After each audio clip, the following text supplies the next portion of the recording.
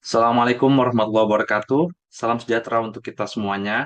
Perkenalkan, nama saya Abdul Rahman SAPMA, dosen pada program studi Ilmu Administrasi Publik, Fakultas Ilmu Sosial dan Ilmu Politik, yang sudah bergabung di Universitas Muhammadiyah Jakarta sejak tahun 2019.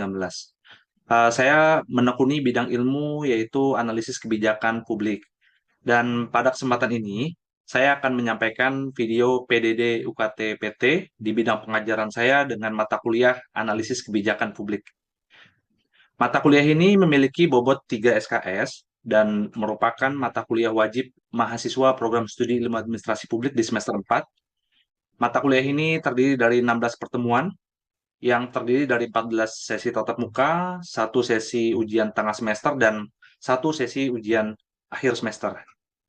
Mata kuliah analisis kebijakan publik memberikan pemahaman mendalam mengenai konsep, teori, metode, dan pemahaman secara komprehensif dalam menganalisis kebijakan publik. Mahasiswa akan mempelajari proses pembuatan kebijakan publik, analisis kebijakan, dan termasuk evaluasi kebijakan. Tujuan akhir dari mata kuliah ini adalah untuk membekali mahasiswa dengan keterampilan analitis yang diperlukan untuk mengkaji kebijakan publik secara kritis dan konstruktif.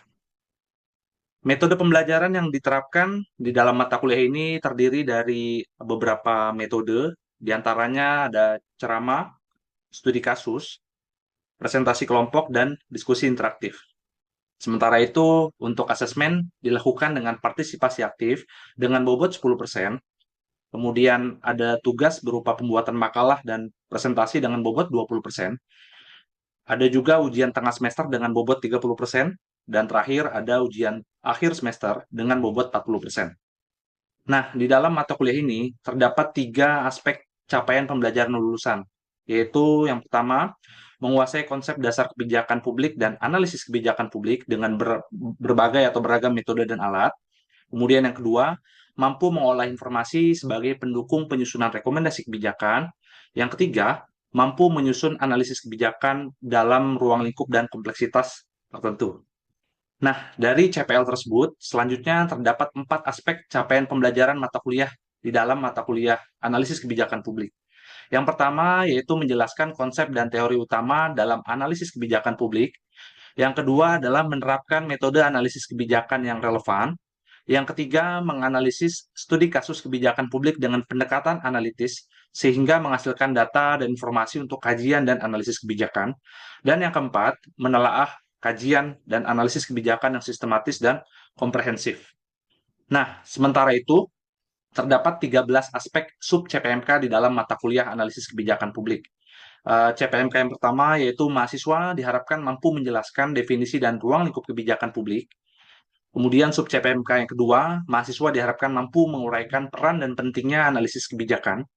Kemudian sub CPMK yang ketiga, mahasiswa diharapkan mampu mengidentifikasi teori dan model kebijakan publik, model rasional komprehensif, model inkremental, model garbage can, dan model analisis stakeholder.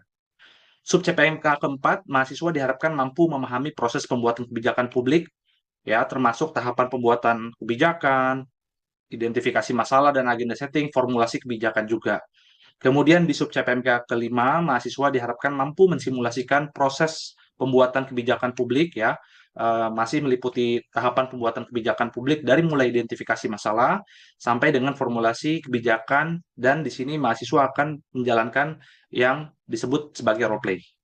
Nah, di sub CPMK yang keenam, mahasiswa diharapkan mampu menjabarkan metode dan teknik-teknik di dalam analisis kebijakan seperti analisis cost benefit, analisis risiko, kemudian analisis dampak regulasi, dan termasuk juga ada analisis SWOT ya.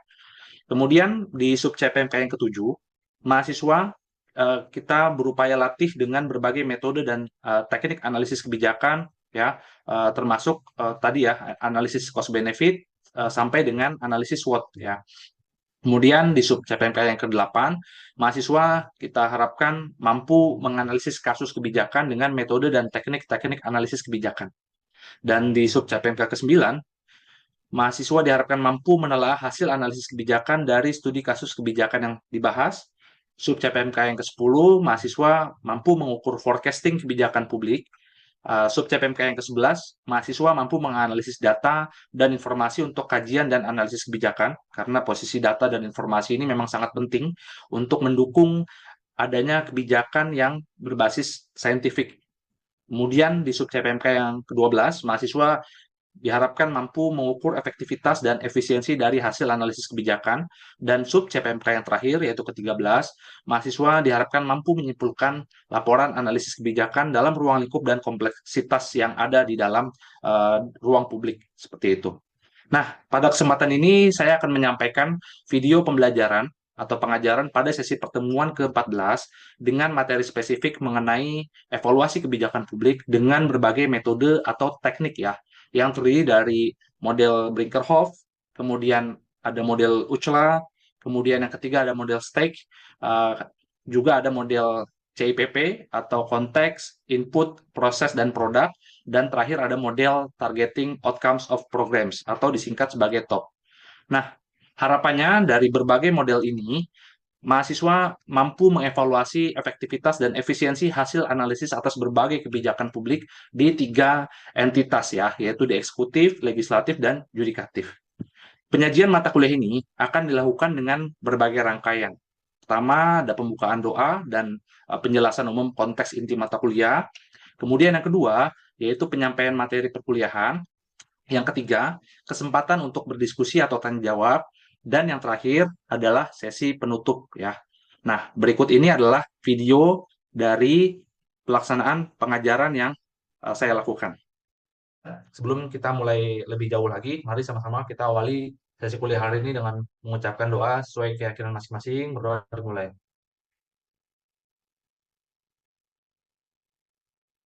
Oke, berdoa selesai. Ada model UCLA ya. UCLA di sini adalah model evaluasi yang bertujuan untuk meyakinkan mengambil keputusan atau kebijakan melalui pengumpulan informasi yang tepat dan menganalisanya sehingga menghadirkan alternatif-alternatif keputusan yang lebih baik ya seperti itu.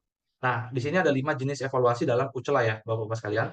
Yang pertama ada yang disebut sebagai sistem assessment. Sistem assessment di sini adalah evaluasi untuk menyajikan informasi tentang keadaan atau sistem ya. Jadi sistem assessment merupakan penilaian terhadap satu sistem ya yang digunakan di dalam misalnya layanan publik gitu ya atau di dalam mengoperasikan program atau kebijakan gitu ya. Jadi misalnya ada layanan dalam bentuk layanan kependudukan atau catatan sipil gitu ya misalnya.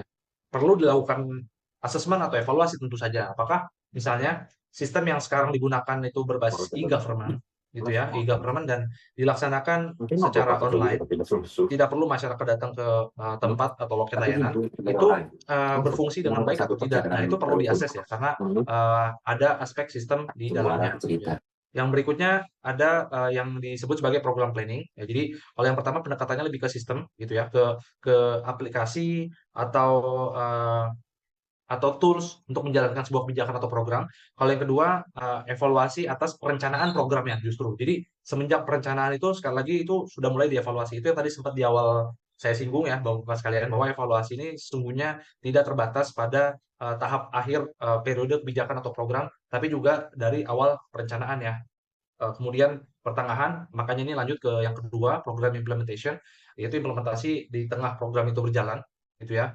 Nah, ini biasanya dilakukan tergantung lini masa ya, Bapak-Bapak. Jadi untuk kebijakan yang misalnya dijalankan dalam periode yang pendek, yaitu 1 tahun, mungkin Bapak-Bapak pernah mendengar ya, kalau di kita di pemerintahan itu kan ada yang namanya RKP atau rencana kerja pemerintah. Kalau di daerah itu ada yang namanya RKPD atau rencana kerja pemerintah daerah. Nah, itu biasanya adalah rencana kerja kebijakan atau program yang dilakukan untuk jangka pendek atau 1 tahun gitu ya. Nah, jadi kalau kebijakan itu dilakukan di 1 tahun, berarti evaluasi atas implementasinya ya dilakukan bisa di 3 bulanan atau triwulanan, bisa juga dilakukan per semesteran atau 6 bulan sekali, Bapak sekalian. Tapi kalau misalnya kebijakan atau program itu dijalankan selama periode 5 tahun, panjangnya gitu. Biasanya kan tertuang di dalam RPJMN ya, kalau di tingkat pusat atau rencana pembangunan jangka menengah nasional, kalau di tingkat daerah itu biasa disebut sebagai RPJMD atau rencana pembangunan jangka menengah daerah, itu kebijakan yang secara time frame itu 5 tahun gitu ya. Nah, implementasi atas program atau kebijakannya itu bisa dilakukan setiap tahun gitu ya. Bisa juga dilakukan setiap semester gitu ya. Jadi tergantung memang lini masanya seperti itu. Jadi evaluasi ini dilakukan di sela-sela periode kebijakan atau program itu berjalan. Harapannya dari evaluasi yang dilakukan di sela-sela berjalannya kebijakan atau program, pembuat atau pengampu kebijakan itu bisa segera mengeksekusi dalam hal terjadi kekurangan atau kelemahan atau banyak temuan negatif di dalam berjalannya sebuah kebijakan atau program gitu. Sehingga tidak menghambat capaian atau target yang ditetapkan atas sebuah kebijakan atau program seperti itu. Nah, yang berikutnya yang keempat, ini adalah program improvement. Jadi program improvement ini evaluasi untuk menyediakan informasi tentang fungsi program, pencapaian tujuan, dan permasalahan ataupun hambatan dalam pelaksanaan program gitu ya. Jadi misalnya pemerintah punya target untuk mengentaskan angka stunting atau menurunkan angka stunting gitu ya, atau bayi-bayi yang lahir dalam kondisi, mohon maaf ya, pertumbuhannya terhambat gitu ya. Nah, pemerintah maka dari itu mengeluarkan program pengentasan stunting gitu ya. Antara lain lewat pemberian makan bergizi gratis bagi ibu mengandung, kemudian pemberian makanan bergizi bagi bayi di usia misalnya ya 1 sampai 5 tahun seperti itu. Nah, tentu ketika pemerintah punya program-program yang sudah dicanangkan tersebut, dalam pelaksanaannya sangat mungkin terjadinya hambatan ya. Terjadi hambatan atau permasalahan misalnya terkait dengan bahan atau makanan yang diberikan ke bayi atau balita itu tidak sepenuhnya sesuai dengan standar gitu ya. Ada beberapa daerah misalnya yang suplai makanannya itu kualitas makanannya itu berbeda nih ya dengan daerah yang lainnya gitu. Seperti itu karena ya memang suplai yang dimiliki itu secara kualitas memang kurang gitu sehingga yang didistribusikan ke balita juga akhirnya kurang layak. Nah, tentu pemerintah tidak ingin hal tersebut terus-terusan terjadi. Nah, oleh karena itu ya udah pemerintah mengakses gitu ya. Oh, ternyata masalahnya ada di soal kesanggupan daripada vendor untuk memenuhi pengadaan makanan yang sesuai kualifikasi. Ya udah ganti gitu misalnya. Nah, itu bisa juga improvement dalam menjaga atau meningkatkan kualitas gizi makanan gitu ya seperti itu. Nah, kemudian ada program certification. Nah, ini evaluasi untuk menginventarisasi informasi tentang nilai manfaat atau daya guna program gitu. Jadi misalnya ada program peningkatan kualitas guru dan dosen seperti itu. Nah, salah satunya apa? Dengan cara sertifikasi. Jadi negara punya tesis bahwa semakin banyak guru dan dosen yang tersertifikasi, maka semakin bagus kualitas pendidik di Indonesia seperti itu tesisnya. Nah, makanya ada yang namanya program sertifikasi ya seperti itu. Nah, ini evaluasi untuk sekali lagi meningkatkan kualitas daripada pendidik ya dalam hal ini guru dan atau dosen seperti itu contohnya. Nah, ini adalah lima aspek atau 5 jenis evaluasi dalam uji coba ini.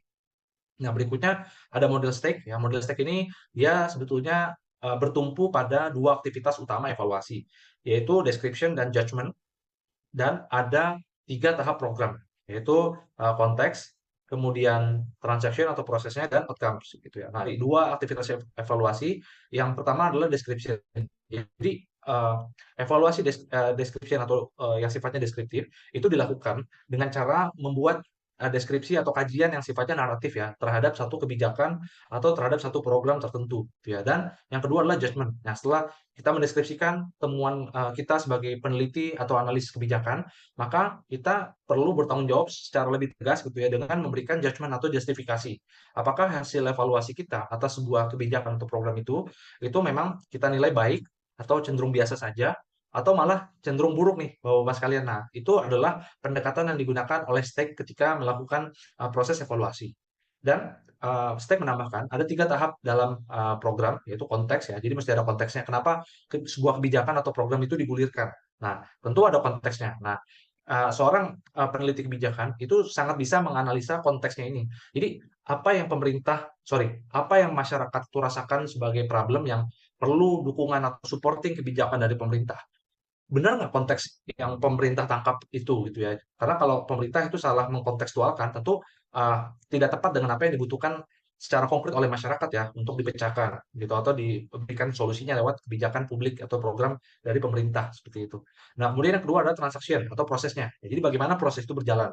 Benar nggak misalnya ketika pemerintah itu buat kebijakan melibatkan para stakeholder strategisnya seperti misalnya private sector atau sektor swasta, seperti misalnya masyarakat itu sendiri gitu ya. Seperti misalnya kalau dalam kebijakan lingkungan atau kebijakan agraria, benar nggak pemerintah itu melibatkan masyarakat adat misalnya seperti itu di dalam proses pengambilan kebijakan atau keputusan. Nah, jadi proses ini yang betul-betul dianalisa secara mendalam, secara komprehensif oleh pengambil kebijakan.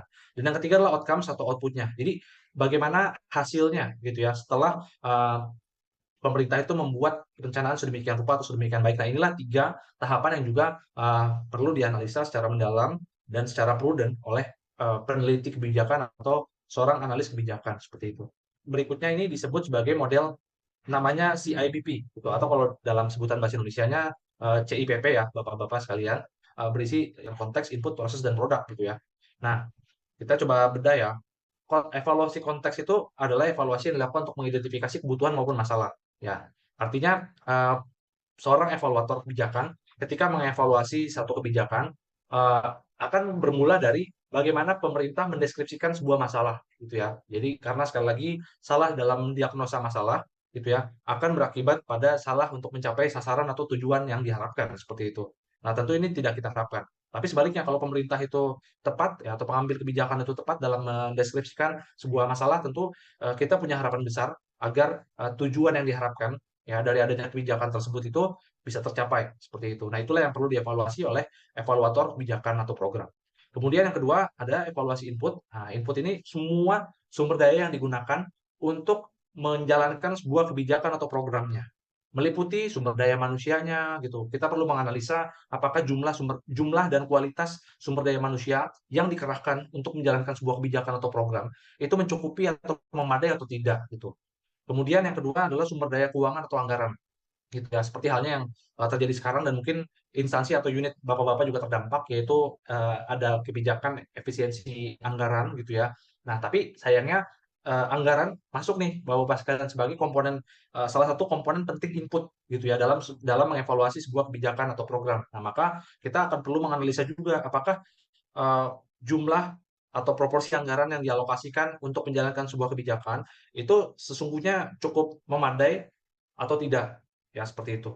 Nah, kemudian yang ketiga ada selain sumber daya manusia, sumber daya anggaran dan sumber daya lain-lain termasuk sumber daya teknologi, sumber daya sarana dan prasarana dan sumber daya penting lainnya yang menjadi ingredients atau komposisi dari dijalankannya atau modal dijalankannya sebuah kebijakan atau program seperti itu. Nah, yang ketiga adalah evaluasi prosesnya. Evaluasi proses itu juga penting untuk menilai atau mengakses gitu. Apakah misalnya organ pengampu kebijakan itu berkoordinasi dengan baik dengan organ instansi pemerintah lainnya gitu ya. Misalnya apakah ketika pemerintah mau ya mencapai target pertumbuhan ekonomi 7 sampai 8%, itu Kementerian Ekonomi mau berkoordinasi atau bekerja sama dengan kementerian misalnya Kementerian investasi, ya penanaman modal dan investasi, atau kementerian misalnya berhubungan dengan Kementerian Perindustrian supaya iklim industri lebih terbangun, harapannya industri lebih terbangun masif, harapannya di situ ada penciptaan lapangan kerja dalam jumlah masif dan harapannya pertumbuhan ekonomi bisa lebih didorong gitu. Mau berkolaborasi atau bekerja sama atau tidak gitu ya. Nah, itu juga sangat bisa menjadi titik tumpu ya dari proses evaluasi terhadap proses bisnis berjalannya sebuah kebijakan atau program. Dan yang terakhir adalah evaluasi produknya. Ya, jadi evaluasi ini adalah evaluasi yang dilakukan untuk menilai hasil atau manfaat yang dicapai oleh program atau kebijakan ya. Gitu, seperti itu. Jadi kita tentu dalam dalam diskursus kebijakan publik gitu ya, yang kita nilai adalah manfaatnya gitu ya dari sebuah kebijakan tersebut gitu. Apakah betul target sasaran kebijakan itu menikmati manfaat yang diharapkan dari didesainnya sebuah kebijakan atau tidak gitu ya. Nah, ini adalah evaluasi produk atau layanan seperti itu. Di sini ada model yang disebut sebagai model targeting outcomes of programs atau model TOP ya. Disingkatnya itu TOP gitu. TOP itu singkatan ya dari ya ini target outcomes of program. Jadi kalau kita bahasa Indonesia kan itu adalah dampak target dari sebuah program atau kebijakan seperti itu. Model TOP ini Bapak-bapak sekalian adalah model evaluasi yang mendasarkan pada 7 hierarki atau level yang berada di dua sisi yaitu program development dan program performance ya. Pencetus model ini adalah Rockwell dan Bennett gitu ya. Sekarang kita bisa langsung lihat saja Bapak-bapak sekalian, model top ini ada beberapa level ya atau hierarki. Ya, model terakhir ini tadi seperti sudah saya sebutkan itu disebut sebagai top model ya. Top model ini menilai dari dua sisi nih Bapak sekalian. Yang pertama program development atau targetnya ya atau pengembangan atau pembangunan programnya. Ini disebut sebagai targetnya. Yang sisi yang kedua adalah program performance atau kinerja program atau kebijakannya. Policy or program performance atau kinerja program maupun kebijakannya. Secara prinsip, Bapak sekalian, program performance ini akan mencirikan bagaimana kinerja sebuah kebijakan atau program yang diindikasikan dari sumber daya, aktivitasnya, partisipasi dalam kebijakan atau program, reaksinya, kasanya, nanti kasih itu apa kita lihat di deskripsinya, praktiknya dan SII condition. Nah, itu kinerjanya ya, Bapak-Bapak sekalian. Nah, hasil dari kinerja kebijakan ini atau kinerja program ini, Bapak-Bapak sekalian, ini akan menjadi masukan atau feedback ya sebagai bahan penyempurnaan dari penyusunan target di periode berikutnya atau program development atau policy development di periode mendatang seperti itu. Nah, secara prinsip seperti itu sehingga model ini bisa dikatakan model yang sangat interaktif ya karena ini seperti mirroring ya. Jadi apa yang menjadi target di sebelah kiri sini yang diindikasikan dengan 7 dimensi ini gitu ya. Jadi sekali lagi apa yang menjadi target yang diindikasikan dari 7 dimensi ini, gitu ya. Ini akan harus diukur ketercapaiannya pada bagan yang ada di sebelah kanan atau kinerja yang juga direpresentasikan dari 7 dimensi yang ada di tengah-tengah ini, seperti itu. Begitupun sebaliknya membacanya, apa yang ada dan menjadi komitmen untuk dicapai di dalam bagan yang di sebelah kanan atau kinerja, ya, itu harus mampu dilihat ya ketercapaiannya secara target seberapa tercapai dari target awalnya. Apakah hanya 70%? Apakah mampu di atas 80% atau malah di bawah 60% gitu ya. Nah, itu cara membaca kerangka kerja ini Bapak-bapak sekalian. Nah, kalau kita sekarang breakdown satu persatu, kita akan lihat ya, level satunya, ini adalah kondisi sosial. Jadi kita akan perlu mengevaluasi kebijakan atau program dari sisi kondisi sosial, ekonomi, dan lingkungan. Nah, makanya di sini disebut sebagai SEE condition ya. SEE itu jadi kepanjangan dari Social, Economic, and Environment Condition. Ya, seperti itu, Bapak sekalian. Jadi kita akan perlu menganalisa nih, bagaimana sih kondisi sosial, ekonomi, dan sekaligus lingkungan ketika kebijakan atau sebuah program itu ditetapkan atau dijalankan, seperti itu. Nah, ini yang perlu kita akses ya, seperti itu. Dan kita akan perlu tetapkan dulu targetnya, seperti itu. Dan baru nanti kita bisa ukur kinerjanya, seperti itu ya. Kemudian yang kedua adalah level praktik ya seperti itu. Level praktik di sini adalah hierarki atau level yang menunjukkan target ya dari sisi program development ya targetnya dan kinerja program atau program performance terkait dengan penerapan ya atau implementasi pengetahuan, perilaku, keterampilan atau aspirasi ya. Ini disebut atau disingkat sebagai KASA ya. Bapak sekalian KASA itu jadi singkatan dari knowledge, skills, attitude, dan aspiration. Nah, knowledge ini berkaitan dengan tingkat pengetahuan atau pemahaman implementer kebijakan.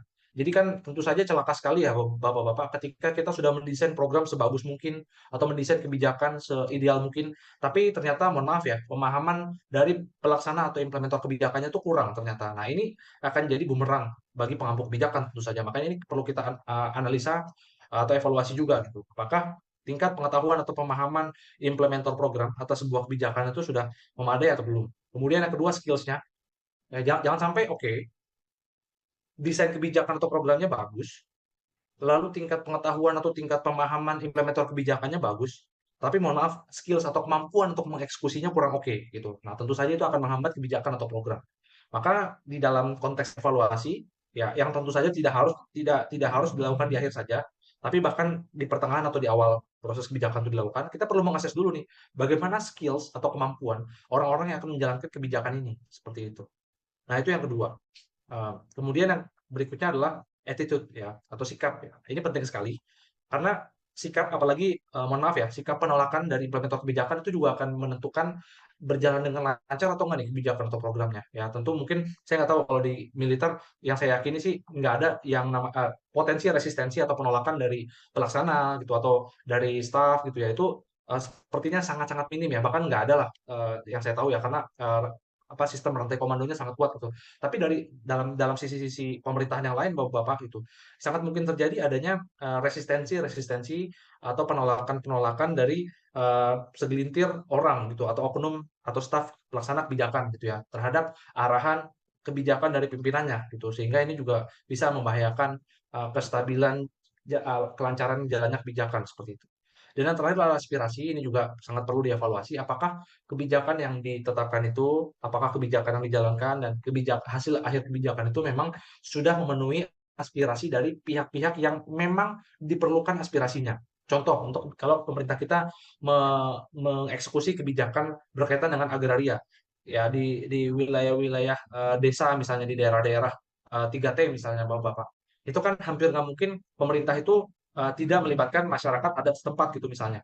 kan tentu harus ya melibatkan masyarakat adat setempat gitu. Karena kalau enggak, ya mohon maaf ya, yang terjadi bisa hukum rimba saja gitu. Jadi pemerintah ya bisa saja itu mencaplok lahan yang sebenarnya ya memang belum ada legalitas secara hukumnya, tapi secara hukum adat itu sebenarnya sudah ada kepemilikannya seperti itu. Karena memang tanah tersebut itu sudah dinaungi oleh sekelompok masyarakat adat tertentu dalam waktu yang sangat lama sekali ke belakang seperti itu. Nah, ini tentu aspirasi mereka itu sangat perlu kita dengarkan gitu. Ketika pemerintah kita misalnya mau membangun destinasi wisata prioritas atau super prioritas gitu ya. Pemerintah kita mau membangun misalnya saja sirkuit mobil atau sirkuit balapan motor seperti itu tentu aspirasi ini bagian yang perlu diperhatikan dan harus kita evaluasi. Apakah sejauh mana pemerintah itu mengakomodasi aspirasi dari pihak-pihak berkepentingan yang memiliki peran atau posisi strategis di dalam ekosistem sebuah kebijakan atau program seperti itu. Nah, kemudian yang level yang ketiga ini adalah pengetahuan perilaku keterampilan dan aspirasi. Sorry, ini mengulang ya, kasa gitu ya, ini bisa sama aja. Kemudian yang keempat adalah reaksi, itu hierarki atau level yang menunjukkan target dari sisi program dan kinerja yang terkait dengan respon atau sentimen positif atau negatif dari partisipan atau penerima manfaat dari program. Nah, kalau tadi di bagian attitude itu adalah sisi pelaksana kebijakan atau programnya, Bapak-Bapak.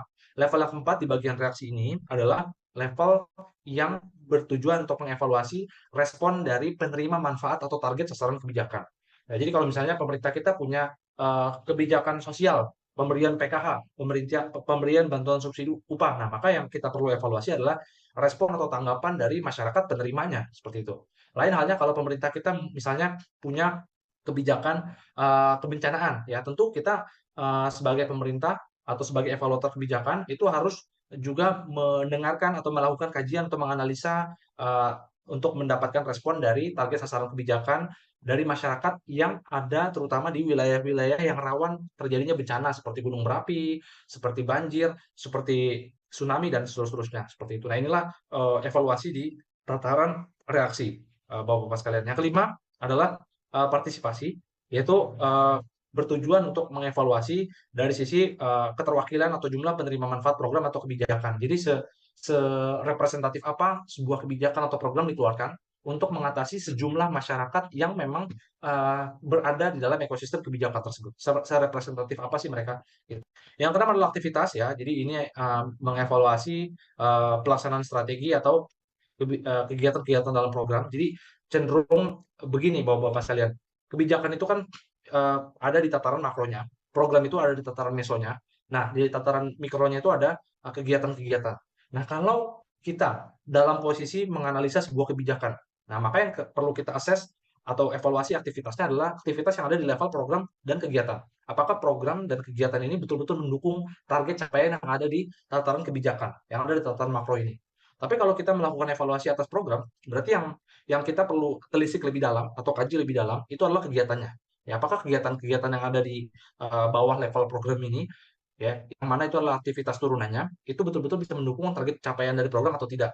Nah, yang terakhir adalah sumber daya ya. Sumber daya di sini adalah level yang menunjukkan target dari sisi program development dan kinerja, dari sisi program performance terkait dengan sesuatu yang dibutuhkan dalam rangka pelaksanaan program. Apakah pengampu kebijakan eksekutif, legislatif maupun yudikatif betul-betul sudah mengerahkan semua sumber daya yang diperlukan untuk mendukung hasil akhir dari sebuah kebijakan publik atau program yang dibuat oleh pemerintah atau tidak seperti itu. Ini yang akan perlu diakses atau dianalisa gitu. Karena jangan-jangan oke sumber daya manusianya memadai, kemudian sumber daya anggarannya juga oke gitu ya, kompetensi SDM-nya juga oke, tapi ternyata mohon maaf gitu ya, ternyata sumber daya teknologinya nggak mumpuni gitu ya. Misalnya kalau kita punya kebijakan atau program ambisius untuk menciptakan eee, banyak atau begitu banyak ekosistem smart city atau kota pintar gitu. Nah, ketika kita punya target kebijakan atau program menciptakan ekosistem smart city atau kota pintar, tentu pemerintah harus mengukur terlebih dahulu seberapa advance teknologi yang kita miliki untuk menjalankan kebijakan atau program pengembangan atau pembangunan smart city gitu. Jangan-jangan oke, sumber daya manusianya ada nih, anggarannya juga ada, tapi teknologinya belum mumpuni sehingga kita harus mengadopsi ya atau mendifusikan teknologi yang sudah maju dari negara-negara yang sudah menjalankan smart city dengan baik seperti Korea, Korea Selatan maksudnya, kemudian Singapura, Jepang dan seterusnya gitu ya. Maka evaluator kebijakan atau program perlu memastikan semua sumber daya yang diperlukan untuk mencapai target atau harapan sebuah kebijakan atau program itu bisa tercapai ya dengan baik seperti itu. Itu Bapak-bapak sekalian penjelasan dari evaluasi kebijakan atau program berikut dengan model-modelnya. Saya ingin membuka kesempatan jika ada di antara Bapak-Bapak sekalian yang mau menanggapi atau berdiskusi terkait dengan apa yang tadi kita bahas. Apakah ada opini Bapak-Bapak sekalian? Saya secara pribadi mengucapkan terima kasih banyak ya atas partisipasi Bapak-Bapak sekalian di dalam mata kuliah analisis kebijakan publik dari awal sampai dengan pertemuan hari ini. Dan saya mohon maaf jika selama membersamai Bapak-Bapak sekalian ada kekurangan dan hal-hal yang mungkin tidak berkenan di Bapak-Bapak sekalian. Saya mendoakan supaya Bapak-Bapak sekalian selalu sukses dalam karir dan berbagai penugasannya. Terima kasih banyak. Izin untuk mengakhiri. Assalamualaikum warahmatullahi wabarakatuh. Selamat sore, selamat melanjutkan aktivitas kembali Bapak-Bapak sekalian.